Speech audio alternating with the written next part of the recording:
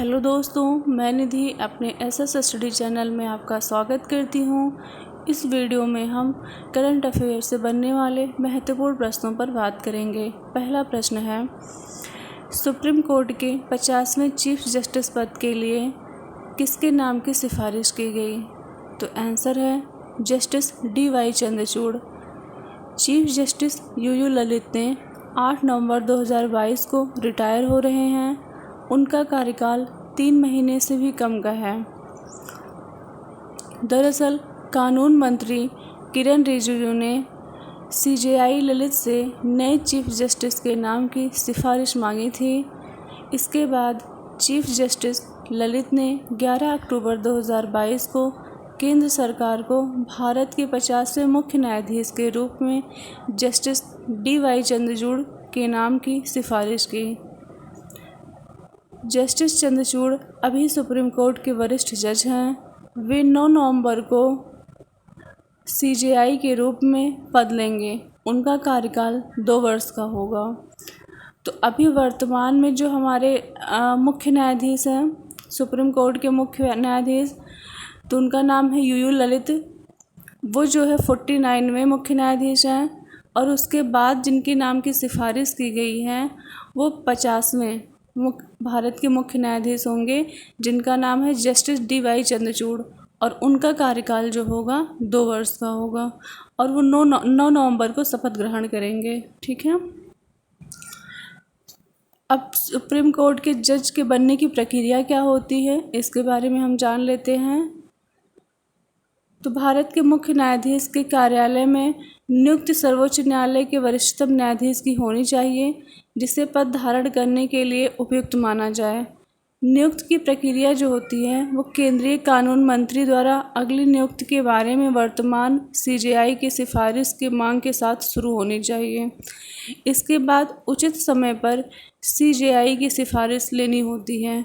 नियम के अनुसार भारत के मुख्य न्यायाधीश की सिफारिश प्राप्त होने के बाद केंद्रीय कानून, न्याय और कंपनी मामलों के मंत्री प्रधानमंत्री को सिफारिश करेंगे, जो नियुक्ति के मामले में राष्ट्रपति को सलाह देंगे।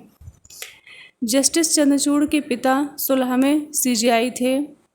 जस्टिस चंद्रचूड़ के पिता यशवंत विष्णु चंद्रचूड़ देश के 16वें सीजेआई थे।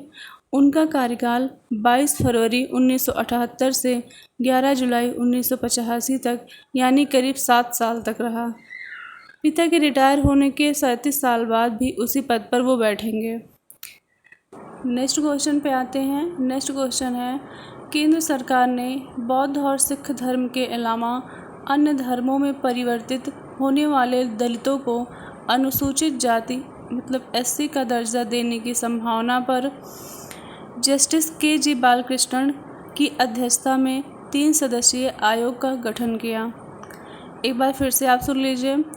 केंद्र सरकार ने बौद्ध और सिख धर्म के अलावा अन्य धर्मों में परिवर्तित होने वाले दलितों को अनुसूचित जाति का दर्जा देने की संभावना पर जस्टिस के.जी. बालकृष्णन की अध्यक्षता में 3 सदस्यीय आयोग का गठन किया। केंद्र सरकार ने 6 अक्टूबर 2022 को भारत के पूर्व न्यायाधीश न्यायमूर्ति के.जी. बालकृष्णन की अध्यक्षता में 3 सदस्यीय आयोग का गठन किया। अन्य सदस्यों में यूजीसी के सदस्य प्रोफेसर सुषमा यादव और रिटायर्ड आईएएस अधिकारी रविंदर कुमार जैन शामिल हैं। अनुसूचित जाति को लेकर संविधान में अभी क्या नियम है, उसके बारे में हम जान लेते हैं। तो फर्स्ट पॉइंट है इसमें, संविधान अनुसूचित जाति आदेश 1950 के अनुसार हिंदू, सिख और बौद्ध धर्म के अलावा किसी अन्य धर्म को मानने वाले व्यक्ति को अनुसूचित जाति का मेंबर नहीं माना जा सकता। हालांकि पहले केवल हिंदू दलित का ही प्रावधान था, लेकिन नियम में संशोधन करके वर्ष 1956 में सिख समुदायों को और फिर वर्ष 1990 में बौद्ध समुदायों को इसकी छूट दे दी गई। इसका अर्थ हुआ कि अभी सिर्फ हिंदू, सिख और बौद्ध धर्म के एससी समुदाय के लोग ही आरक्षण का लाभ उठा सकते हैं। अच्छा, 3 सदस्यीय आयोग का गठन क्यों किया गया, इसके बारे में जानते हैं। यह आयोग दलितों को अनुसूचित जाति का दर्जा देने की संभावना पर अध्ययन करेगा, जिन्होंने वर्षों से सिख धर्म या बौद्ध धर्म के अलावा अन्य धर्मों में धर्मांतरण किया है। यह आयोग तय करेगा कि क्या धर्मांतरण के बाद भी दलितों को अनुसूचित जाति दिया जाना चाहिए या नहीं। यह 3 सदस्यीय आयोग इस मामले पर 2 वर्ष में अपनी रिपोर्ट सरकार को देगा।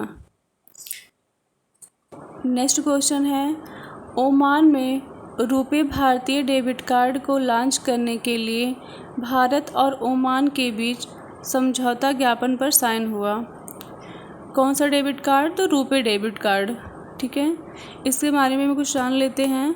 National payment corporation of India और सेंट्रल बैंक ऑफ ओमान ने 4 अक्टूबर 2022 को ओमान में रुपे डेबिट कार्ड लॉन्च करने के लिए एक समझौता ज्ञापन पर हस्ताक्षर किया। भारत के विदेश राज्य मंत्री वी मुरलीधरन ने समझौता ज्ञापन पर हस्ताक्षर किया। इसके अलावा सेंट्रल बैंक ऑफ ओमान के कार्यकारी अध्यक्ष ताहिर अल अमरी ने से मुलाकात भी की। अच्छा, अब ये जानते हैं कि भारत का रुपे कार्ड किन किन देशों में और लॉन्च किया जा चुका है। तो उसमें से 4 कंट्री हैं। पहला है भूटान, दूसरा सिंगापुर, तीसरा संयुक्त अरब अमीरात और चौथा है फ्रांस और 5वां जो है ओमान में समझौता किया जा चुका है। तो 5 कंट्रियां हैं, भूटान, सिंगापुर, संयुक्त अरब अमीरात और फ्रांस, 5वां ओमान है। ठीक है, ओमान की राजधानी जो है वो मस्कट है, मुद्रा जो है ओमनी रियाल है। ठीक है, नेक्स्ट क्वेश्चन पे आते हैं। नेक्स्ट क्वेश्चन है, तमिलनाडु राज्य ने ऑनलाइन जुए और अन्य ऑनलाइन गेम्स को नियंत्रित करने संबंधी अध्यादेश जारी किया। तमिलनाडु राज्य कैबिनेट ने अक्टूबर 2022 में इस अध्यादेश को पारित किया। इसके बाद गवर्नर RN रवि ने साइन कर दिया। यह अध्यादेश लागू हो गया है। इस अध्यादेश के माध्यम से ऑनलाइन जुए को रोका जाएगा। इस अध्यादेश में रमी और पोकर जैसे ऑनलाइन खेलों की ऐप के बैन होने का खतरा बढ़ा है। ऑनलाइन जुए का अर्थ इंटरनेट का उपयोग करके किसी माध्यम से जुआ खेलना है। इसको क्यों नियंत्रित किया जा रहा है, क्या वजह है? तो जारी अध्यादेश के अनुसार ऑनलाइन जुए और गेम्स की वजह से परिवार बर्बाद हो रहे हैं, इसलिए इन पर नियंत्रण करना बहुत आवश्यक हो गया था। अच्छा, इसको नियंत्रित कैसे किया जाएगा, इससे क्या प्रावधान है? तो ऑनलाइन गेमिंग प्राधिकरण की स्थापना होगी। प्राधिकरण को गेम खेलने, गेम की मेज़बानी करने और ऑनलाइन जुए के लिए विज्ञापन बनाने वालों को जुर्माना लगाने और कैद करने का अधिकार होगा। इसके leader retired officer chief secretary rank वाले होंगे। अथॉरिटी में 4 सदस्य होंगे जो इंफॉर्मेशन टेक्नोलॉजी और ऑनलाइन खेल और प्रख्यात मनोवैज्ञानिक होंगे।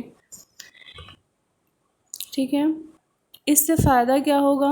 ऑनलाइन जुए की लत को रोका जाएगा। कर्ज के जाल में जो लोग फंस जाते हैं उनका बचाव होगा। ऑनलाइन जुए की वजह से सुसाइड बहुत ज़्यादा हो रहा है, उनको रोकने में मदद मिलेगा और मानसिक तनाव व घरेलू झगड़ों को भी रोकने में मदद मिलेगा। नेक्स्ट क्वेश्चन पे आते हैं। 12 अक्टूबर को विश्व गठिया दिवस मनाया जाता है।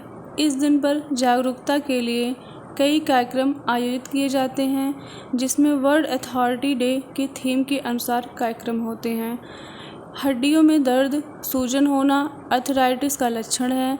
ये बीमारी तब ज़्यादा परेशान करती है जब शरीर में यूरिक एसिड का लेवल बढ़ जाता है। पहली बार विश्व गठिया दिवस 12 अक्टूबर 1996 को मनाया गया था। यह पहली बार गठिया और आर्थराइटिस इंटरनेशनल द्वारा आयोजित किया गया था। ठीक है, 2022 की थीम है it's in your hand, take action. Next question है, मानेसर में आयोजित SCO आतंकवाद विरोधी अभ्यास में पाकिस्तान ने हिस्सा लिया। SCO का फुल फॉर्म है संघाई कोऑपरेशन ऑर्गेनाइजेशन। मानेसर हरियाणा राज्य का एक शहर है। SCO का एंटी टेरर एक्सरसाइज 2022 की मेज़बानी राष्ट्रीय सुरक्षा गार्ड ने किया। इस अभ्यास का समापन 13 अक्टूबर 2022 को होगा। इसमें एससीओ के सभी सदस्य देश भाग ले